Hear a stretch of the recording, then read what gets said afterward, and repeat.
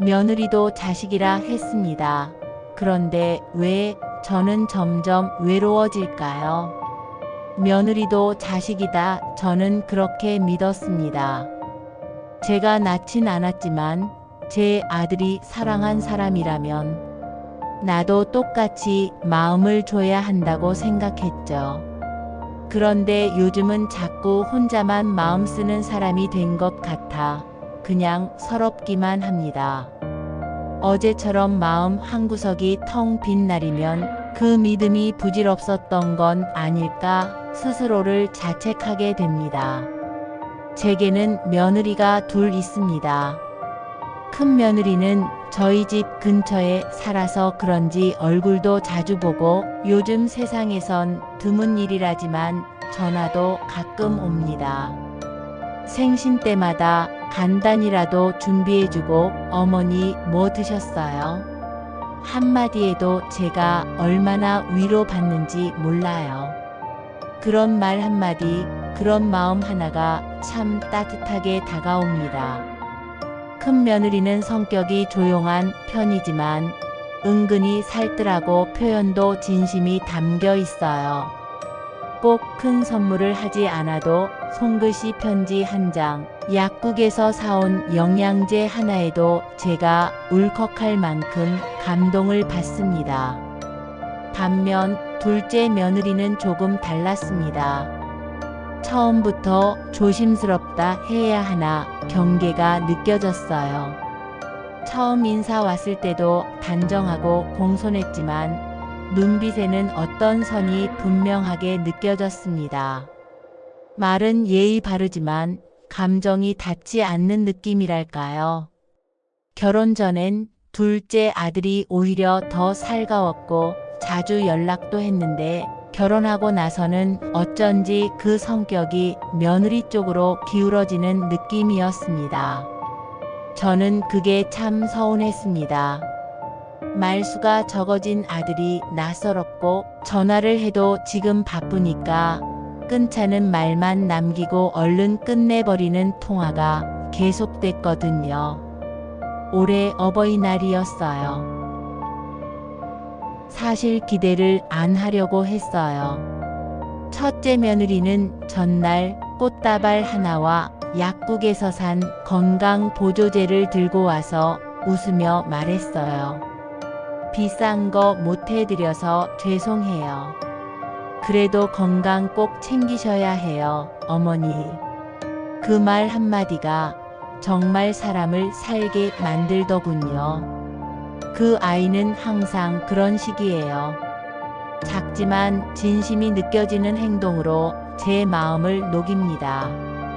밥 한 끼라도 차려줄까 싶어 전화하면 지금 갈게요 하며 애 안고 오기도 하고요.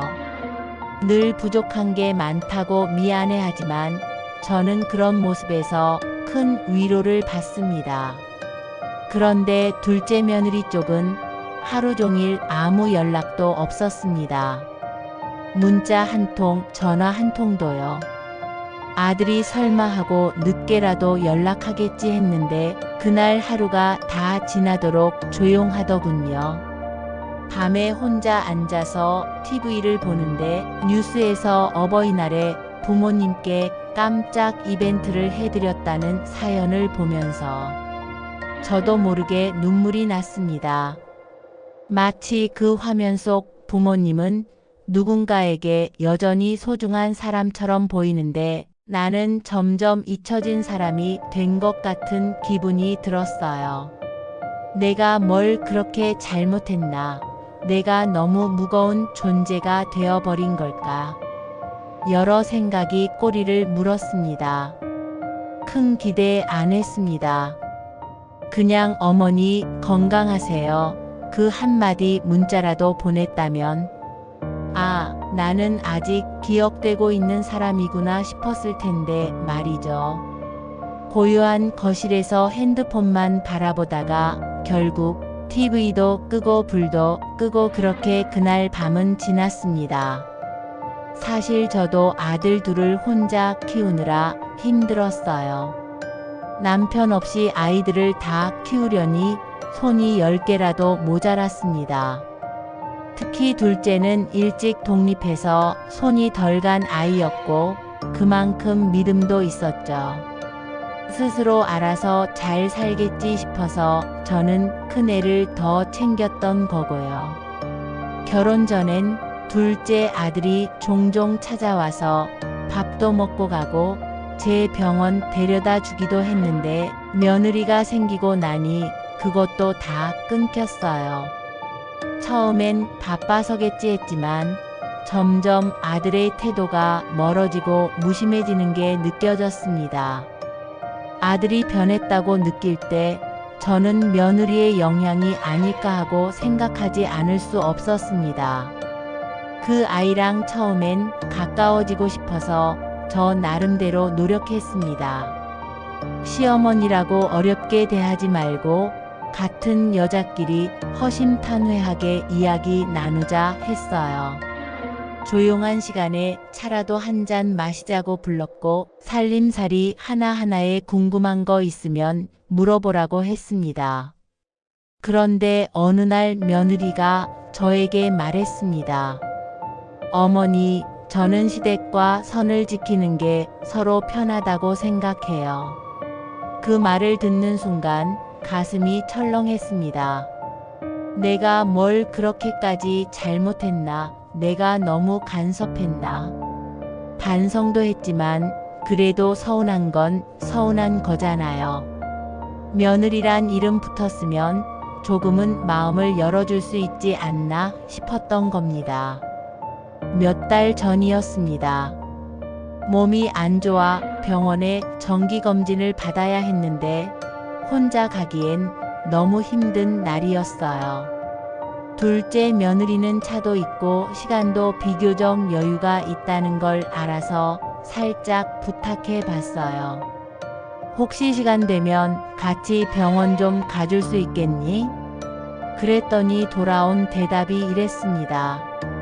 어머니, 저는 평일에 일이 있어서요.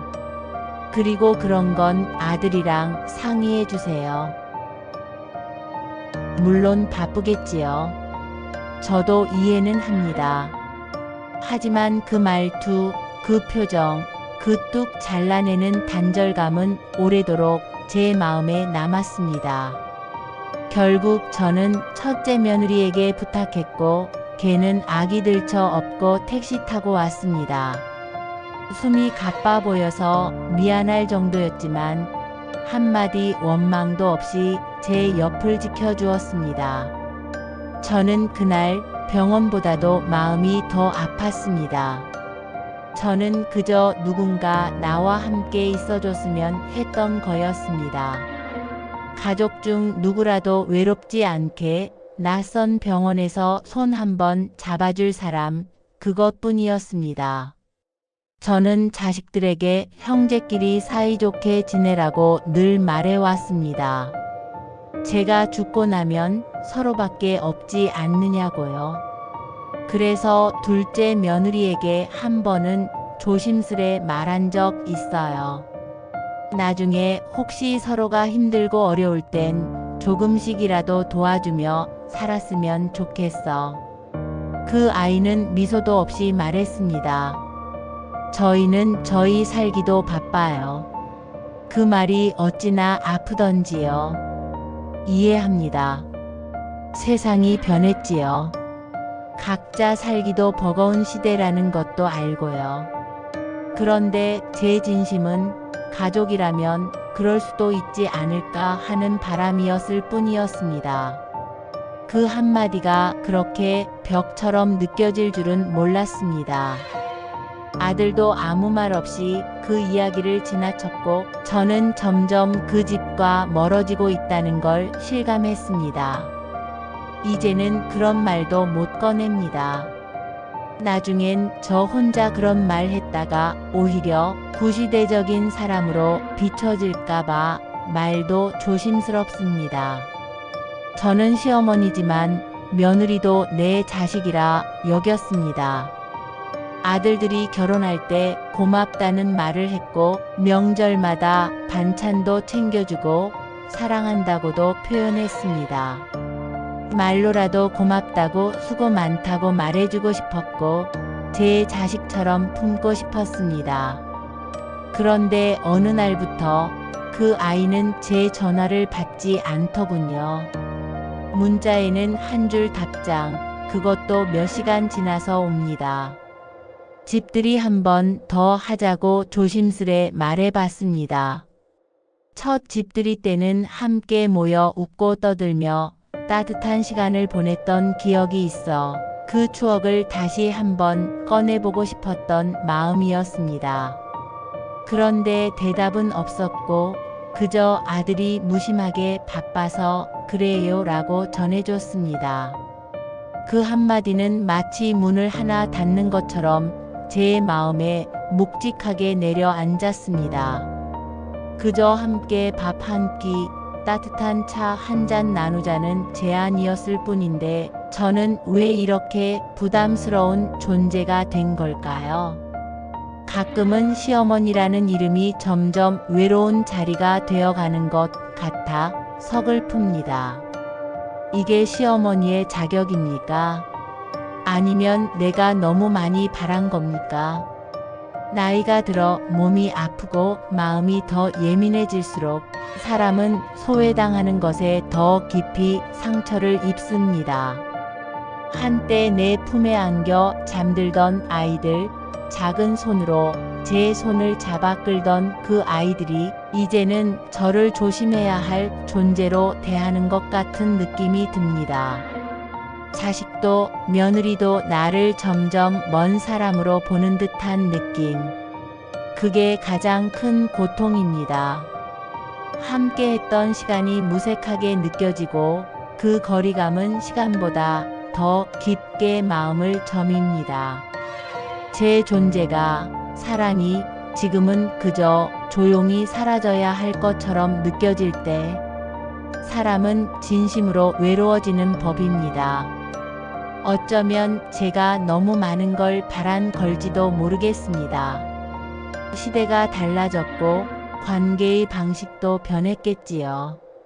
하지만 마음을 주고도 그 마음이 돌아오지 않을 때의 외로움은 여전히 아프네요. 며느리도 자식이라 했습니다. 그런데 저는 왜 점점 외로워질까요? 여러분이라면 이 마음 이해하시겠습니까? 댓글로 여러분의 이야기를 들려주세요. 그리고 이 영상이 누군가의 마음을 위로할 수 있다면 구독과 좋아요도 부탁드립니다. 우리는 모두 누군가의 시어머니이자 며느리이고 또 가족이니까요.